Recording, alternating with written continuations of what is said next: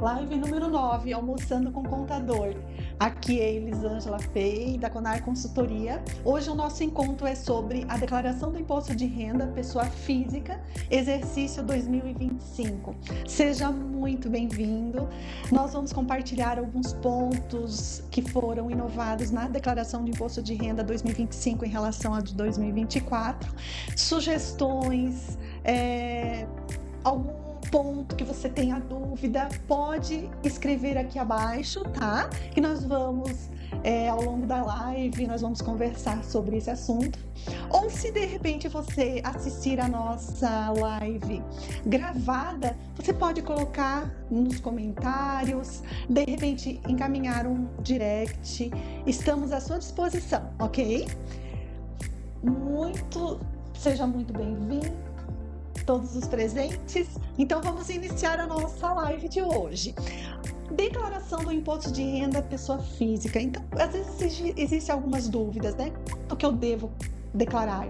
Então, o ponto-chave é a renda. O que seria essa renda? Seriam as nossas entradas de recursos na nossa conta bancária, que ela pode ser fruto do nosso trabalho, da participação em alguma empresa, de repente algumas aplicações financeiras que eu fiz ao longo do ano de 2024, venda de imóveis, aplicações em bolsas de valores, que é a renda variável.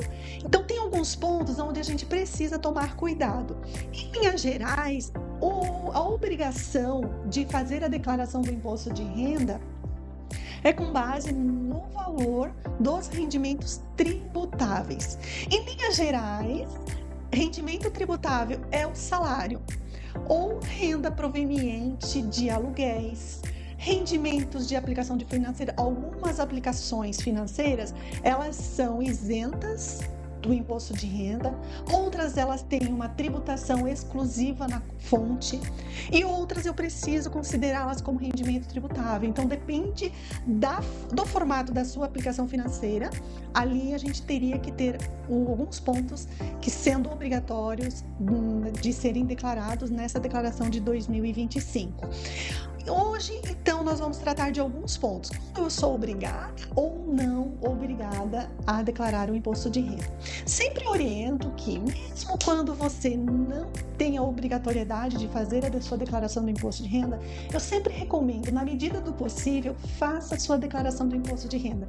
Por que, Elisângela, que eu vou fazer a declaração de imposto de renda se eu não sou obrigada?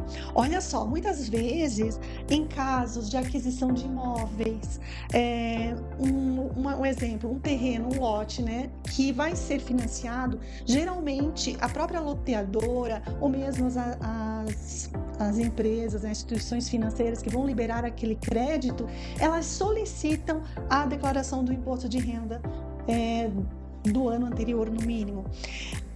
E se eu não tenho? Fica mais complicado, sabe? O que acontece também?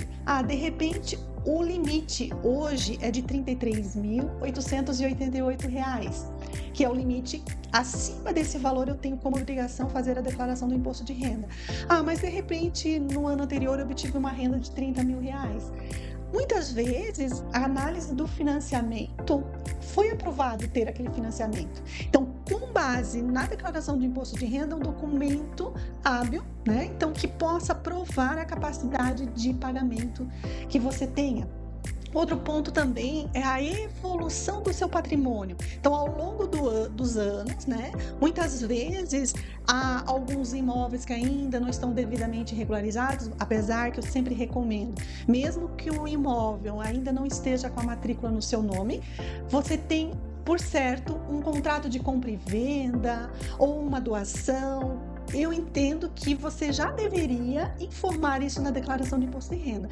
Mas pode ser por um outro motivo, você não tenha esse bem declarado. Então, se você já faz a sua declaração ao longo dos últimos anos, você já tem um histórico, uma disponibilidade, que eu comento, né? Uma disponibilidade financeira acumulada que justificaria a entrada daquele bem. Então, hoje, de primeiro momento, a obrigatoriedade da declaração do imposto de renda seria se você obteve uma renda acima de 33 mil, obtive um valor lá de rendimentos tributáveis. O que significa isso, então? Somei o meu salário mais a minha receita de aluguel, o valor tributável, um exemplo, deu 100 mil reais. Existem dois modelos de declaração do imposto de renda, o modelo completo e o modelo simplificado. O modelo simplificado, a própria Receita Federal, ela já disse assim, olha, 20% eu vou te considerar isento como uma despesa, porque eu reconheço que na tua vida natural você paga despesas com saúde, despesas com educação. Então, a própria Receita Federal já considera esse limitador de 20% em cima do total da sua receita tributável. Então, ela automaticamente, ela já considera aquele valor como dedutível. Então, por isso que é a declaração simplificada. Hoje, então, a Receita Federal, ela já traz um limitador de 16 mil e pouquinho aqui, 16.754,31 centavos. O que significa isso? Então, a Receita Federal, quando você opta pelo modelo simplificado, ela já considera que você, ao longo do teu ano, com a sua família, você pagou despesas com educação, saúde, e ela já deduz automaticamente esse 16.754,31. Agora, se de repente, os seus dependentes ou você mesmo, de repente fez um tratamento odontológico e aquele tratamento odontológico atingiu, um exemplo, 20 mil reais, automaticamente o modelo mais vantajoso para você não é o simplificado, e sim o modelo completo. Porque o modelo completo tem a possibilidade de considerar mais valores para fins de dedução daquela faixa que é tributável, entende? O exemplo. Então, em resumo, a Receita Federal considera automaticamente essa linha de dedução 16.754,31. De repente, eu precisei, como eu comentei no exemplo, uma despesa odontológica de 20. Então, a minha receita tributável não vai ser 100 mil, ela vai ser 80. E eu vou optar pelo modelo completo. Então, nesse ponto que é muito importante, despesas médicas, odontológicas, você sempre pedir um recibo. Hoje, nós temos antigamente, era aceito um recibo simples, só com o CPF do médico. Agora não, existe uma nota específica de serviço médico. Então, sempre peça as notas fiscais, porque só com base nelas que você tem direito a considerar esse valor como redutor da sua base tributável, certo? Olha só, beleza, não obtive rendimentos nesse ano, eu tirei um ano sabático, eu não obtive renda nenhuma, um exemplo, de repente peguei férias sem remuneração e de repente eu tenho um montante de patrimônio incluso veículos, terrenos, apartamentos, casas, e esse somatório passa de 800 mil reais. Então, mesmo eu tendo a renda tributável abaixo do limite obrigatório, eu preciso sim fazer a declaração do imposto de renda. Então, quando os meus bens superam um montante de 800 mil reais. Sim, também como eu tenho a parte tributável, como a gente comentou até agora, existe também algumas rendas que são isentas, tributadas exclusivamente na fonte e também, então, isentas, tributáveis exclusivamente na fonte, beleza? Agora, será que tem limite mínimo? Tem. Então, se por um acaso eu obtive algum rendimento isento, tributável na forma exclusiva, acima de 200 mil reais, eu tenho como obrigação fazer a declaração do imposto de renda. Elisângela, que exemplo você pode trazer sobre o rendimento tributável? Salário, como a gente comentou, aluguéis, beleza. Agora, de repente, eu recebi uma doação de repente, eu recebi o fruto de um inventário. Eu era herdeira e recebi um valor, as cotas de herança. Isso é rendimento isento que precisa ser declarado. Então, quando eu tenho um recebimento, então, por herança, acima de R$200 mil, ou somatório, porque muitas vezes eu posso ter recebido uma herança de R$100 mil e eu sou sócia de uma empresa na qual eu recebi lucros da minha empresa, que a gente chama isso de dividendos. Então, vamos supor, eu recebi 150 mil de dividendos, que esse fruto que veio pelo fato de eu ser sócia de alguma empresa, e mais recebi uma cota de herança, 250 mil. E meu rendimento tributável foi de 25 mil. Eu tenho a obrigação de fazer a declaração do imposto de renda? Sim, eu preciso fazer.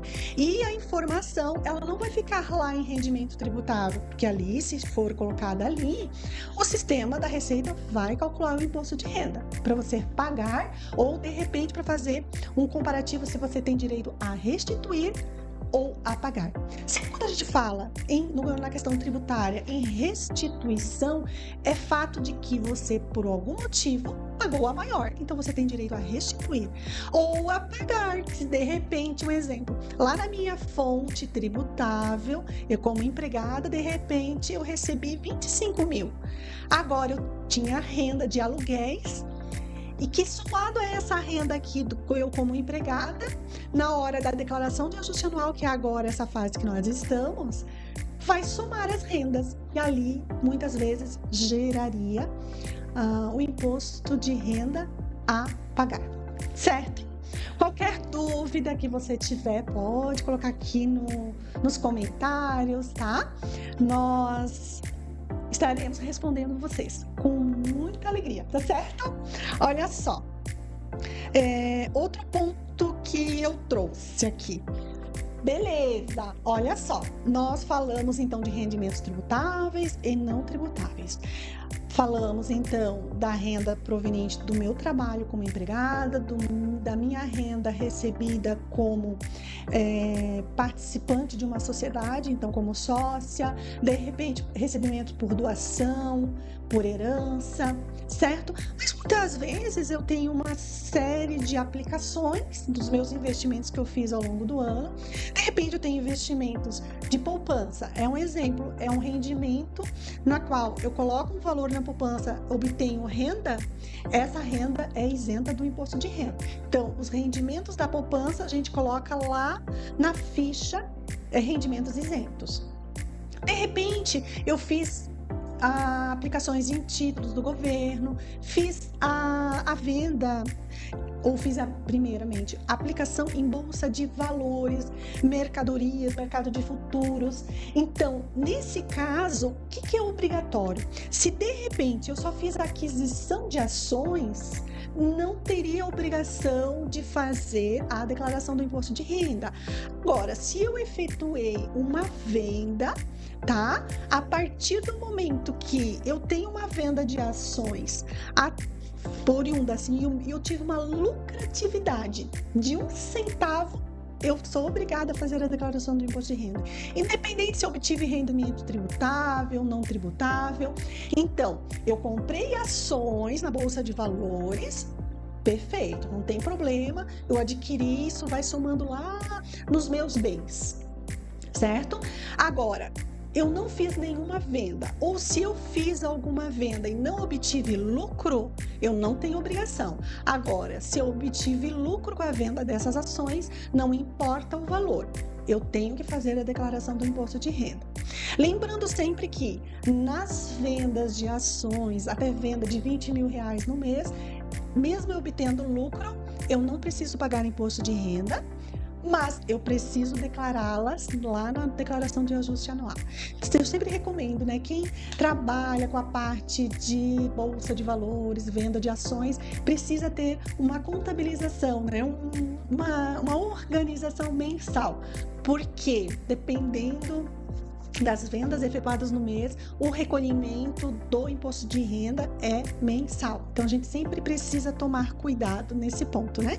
Existem vários aplicativos hoje na internet, até de forma gratuita, que fazem esse controle, apuração da tributação dessas ações e até mesmo a importação para a declaração de ajuste anual para você.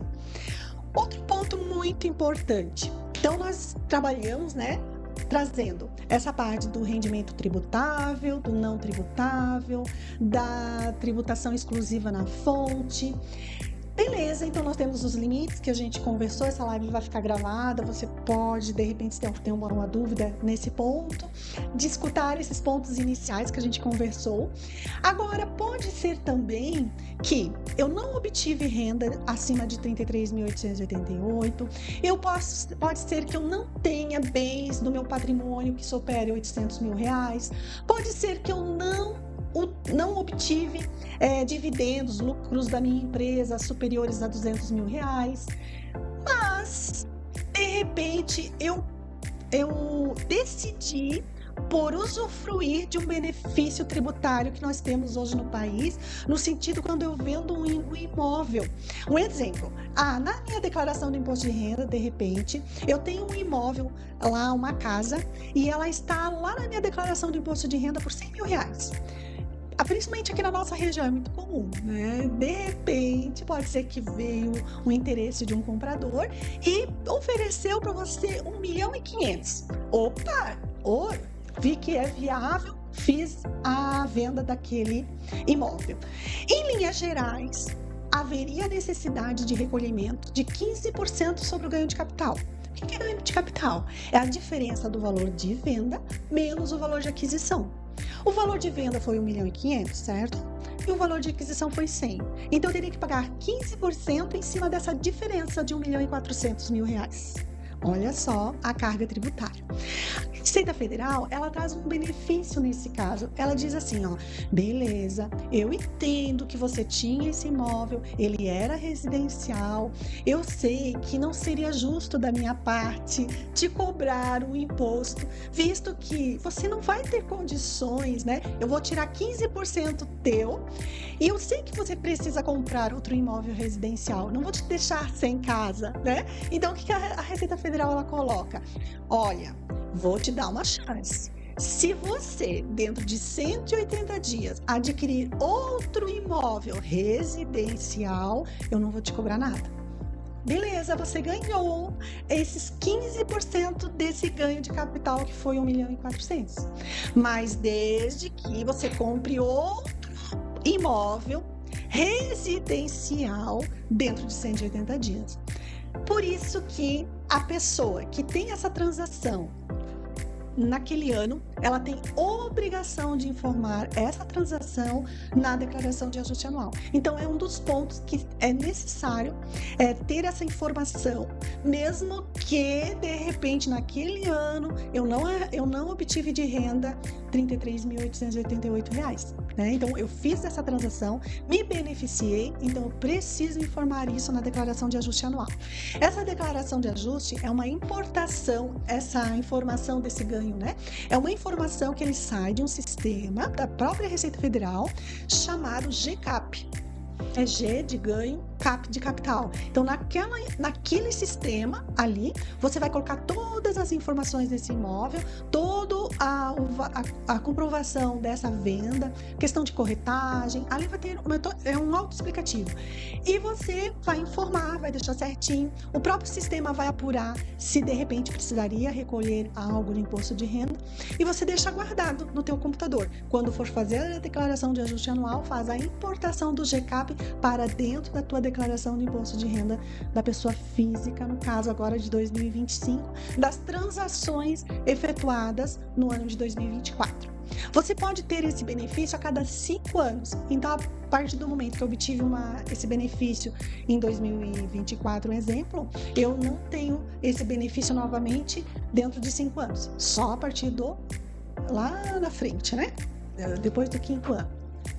Então, existem outros benefícios também, na qual você pode ter esse benefício, precisa justificar. Um exemplo é quando a pessoa tem um único imóvel e quando ele for fazer a venda e a venda for o valor de 440 mil. Também há isenção do imposto de renda nesse caso. Então, mesmo havendo isenção do imposto de renda, não te desobriga de fazer a declaração do imposto de renda, certo? Então, por isso que eu falo, assim, às vezes, eu não sou obrigada a fazer a declaração do imposto de renda. Mas você tem imóveis e às vezes os imóveis que você tem até estão abaixo desses 800 mil que são obrigatórios. Mas eu vejo que é muito importante, justamente nesses casos, que você tem a oportunidade de fazer a venda. Se você já tem essa informação na declaração do imposto de renda, fica tudo muito mais claro para a Receita Federal na hora de receber esse benefício tributário, certo? Esse benefício tributário. Corrigindo. Olha só. Outro ponto importante. Rendimentos no exterior em aplicações financeiras. Então, eu fiz qualquer investimento no exterior e obtive lucro, independente do valor, eu preciso fazer a declaração do imposto de renda, independente de qualquer ponto. Qualquer valor aplicado no exterior que eu obtive renda ou lucro, dividendos, eu preciso fazer a declaração do imposto de renda, certo? Outro ponto também qualquer pessoa que de repente veio a residir no Brasil, independentemente de qual mês foi em 2024, precisa fazer a declaração do imposto de renda, certo? Nós temos então o prazo, certo? O prazo da declaração do imposto de renda começou no último dia 17 de março e ela se estende até 31 de maio, que é o período obrigatório de fazer a declaração do imposto de renda. Quanto mais cedo você fizer a declaração de imposto de renda, a probabilidade de restituição mais rápida é provável. Inicialmente, a Receita Federal ela libera uns lotes de restituição, lembrando que restituição é a devolução da Receita Federal do valor que você pagou a maior. Então, as pessoas que têm idade superior a 80 anos, ela já entra no primeiro lote, sem questionamento. A partir do momento que eu tenho 60 anos ou mais, tenho também doenças, portadores de necessidades especiais, moléstias graves, dependente da idade, entra também nesse primeiro lote. Então, o primeiro lote acima de 80, mas geralmente no primeiro já entra essa segunda fase, essa segunda faixa, né, de pessoas. Então, acima de 60 anos e independente da idade, com deficiência ou moléstias graves, tá? E no segundo ponto, no terceiro, na verdade, são as pessoas que optam por fazer a declaração com informações na declaração pré-preenchida e também o PIX. Então, no momento ali que você informa a sua conta bancária para recebimento dessa restituição, se você optar por PIX, você vai estar nos primeiros lotes, então, de recebimento desse valor da restituição do imposto de renda, certo? Agora, então, esses seriam os principais pontos que nós gostaríamos de trazer aqui. Se você tiver alguma dúvida, sugestão, a gente também está à disposição. Terminar, eu só gostaria de falar com você, empresário, que às vezes não tem conhecimento, né, naturalmente, né, por falta de conhecimento mesmo, e às vezes tem aquela questão assim, às vezes de confusão das finanças pessoais com as finanças da empresa. Então, muitas vezes há confusão nesse sentido. O que na legislação ela dispõe? Que todo sócio, né, ele tem a possibilidade, né, não tem a obrigação, ele tem a possibilidade de fazer um aporte da empresa, uma transferência da empresa lá para a sua declaração do imposto de renda da pessoa física. Então, essa transferência de recursos da pessoa jurídica para a pessoa física, ela tem duas formas de serem inseridas na declaração do imposto de renda: rendimento tributável e rendimento não tributável, isento. Quando eu posso colocar em uma ficha e quando eu posso colocar em outra? Rendimento tributável é aquele rendimento fruto do salário, que quando a gente fala de empresa, de empresário, nós chamamos esse ponto de pro labore. Então, é o salário do empresário, do sócio. Então, é a remuneração pelo trabalho que ele desenvolve dentro da empresa. Só que esse valor, que é considerado como pro labore, ele sofre as mesmas questões tributárias se ele fosse um empregado. Então, a partir de 2.229, ele precisa pagar imposto de renda. E qualquer remuneração que ele tenha, ele precisa pagar INSS, que é a Previdência Social. A Previdência Social, ela não é facultativa, opcional, não, ela é obrigatória. E o limite hoje da questão previdenciária é 8.157,41. Então, eu como empresária que recebo pro labore, eu tenho uma retenção na fonte pela empresa de 11%, limitada a esse 8.157,41, que a gente, se multiplicar, tem em torno de R$ 1.671,48. Então, isso é a contribuição previdenciária. E dependendo, aqui já seria uma visão da empresa, né? Dependendo do formato do regime tributário que a empresa está inserida, do anexo do Simples Nacional que a empresa esteja, ela teria que pagar ainda 20% sobre essa remuneração. Então, esse é o cuidado que nós precisaríamos ter no sentido de repente, aquele empresário, ele faz naturalmente, às vezes pela falta de orientação ou pelo dia a dia corrido, ele acaba pagando despesas pessoais dentro da empresa, ou de repente ele faz muitas transferências de valores ao longo do mês lá para a pessoa física. O que a Receita Federal coloca? Que, no mínimo, um dos sócios precisa ser reconhecido como administrador. Ou seja, é aquela pessoa que está envolvida a fazer a empresa movimentar. É a pessoa que coloca ali a sua força de trabalho na sociedade. Se existe uma força de trabalho, há incidência do INSS, da Previdência. Então, no mínimo, um dos sócios precisa fazer o recolhimento do INSS. Pelo menos de um salário mínimo. Eu sempre oriento nessa parte de recolher. Sabe por quê? Se você é empresário, mesmo que seja você sozinho, né? Então, o único sócio, esqueceu, não faz o recolhimento da Previdência. Pode ser que em uma fiscalização a Receita Federal vai ter todos os subsídios para notificá-lo no sentido que todas as transferências que você fez eram frutos do seu salário, fruto do prolabore. Imagina a carga tributária, a notificação tributária incidente sobre transferências que muitas vezes o empresário faz. Deu 50 mil reais. Olha só, se for, olha só, um exemplo de 50 mil reais. Se for uma empresa que ela não é do Simples Nacional e que ela não é dos anexos 1, 2, 3 e 5, ela vai ter, além do 11%, ali do 1.631,48 da retenção, né? Ela vai ter 20% de carga tributária em cima dos 50 mil reais e mais 27,5% em cima dos 50 mil reais. Imagina, olha, o impacto isso que possa trazer tanto para as finanças da empresa quanto para as suas finanças pessoais. Por isso que eu vejo da importância de todo empresário investir na contabilidade, para que ela possa ter uma contabilidade regular. O que é contabilidade regular? É aquela contabilidade que consegue processar os dados da empresa e registrá-los integralmente nas contas contábeis. Então, o que seriam essas contas contábeis? Então, o contador que consegue obter as informações do empresário, ele tem condições de fazer o registro contábil, ele tem condições de lançar a receita, o custo da atividade, as despesas com vendas, as despesas administrativas, comerciais, ou seja, ele consegue apurar o lucro da atividade.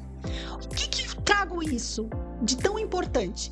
Se você conseguir comprovar que você fez uma contabilidade regular, eu sou um exemplo lá do lucro presumido. No lucro presumido, em questão de serviços, um exemplo, a Receita Federal entende que na tua atividade como serviço, o teu lucro é 32%. Então, em linhas gerais, eu teria condições de trazer 32% do lucro lá para minha declaração do imposto de renda da pessoa física, isento de imposto de renda. Só que muitas vezes a atividade de prestação de serviços, a lucratividade, dependendo da empresa, muitas vezes tem empresas que quase não têm funcionários. Então, a lucratividade dela, muitas vezes, ela trabalha com 50%, 60%, 70% de lucratividade. Olha só, se essa empresa que obtém uma lucratividade de 70%, se ela não fizer uma contabilidade regular, trazendo toda a movimentação real da empresa dentro das contas contábeis, ela vai poder trazer o lucro dividendo para os sócios só 32%. Se você, aquela empresa que não faz contabilidade regular, fez uma transferência para o sócio superior a 32%, o que a Receita Federal vai considerar? Isento 32%, prolabore a diferença. Então, olha só o impacto que isso pode trazer nas contas da pessoa física e também da conta da pessoa jurídica. Então, oriento muito você, empresário, a buscar com o seu contador todos os meses, a entender, sabe? Eu sei que no começo é difícil os números, entendê-los, às vezes é um desafio, eu entendo isso, mas a partir do momento que todos os meses você conseguir buscar o resultado do teu negócio, fazer comparativos, né, da sua lucratividade, vai fazer toda a diferença para o seu negócio, além da economia tributável, principalmente lá na sua pessoa física. Além da economia tributável, né, da economia tributária, né, na verdade, você conseguindo trazer esses dados lá para a pessoa física, a sua pessoa física começa a ter uma força, entende? Uma fortaleza no sentido do quê? De ter capacidade de repente, para alavancar teu negócio, então ela tem condições de comprovar que ela tem condições de investir em outros negócios, ela tem condições muitas vezes de obter um financiamento, um empréstimo, até mesmo para voltar a investir na empresa, para alavancar o seu negócio. Só que ela só vai obter isso se ela tiver como comprovar a renda, né? Então, a declaração, as instituições financeiras e também os investidores, com uma declaração que traz essa realidade, com certeza vai gerar mais segurança para a liberação desses recursos. Então, esses são os principais pontos que eu gostaria de trazer hoje, tá? Muito obrigada pela sua atenção. Estamos à disposição aqui na Conar Consultoria, que fica aqui em Itapema. Olha, podemos agendar uma consulta sem compromisso para a gente conversar sobre a atividade da sua empresa, né? Não estou aqui colocando, você tem que trocar o seu contador. Não, esse não é o nosso intuito.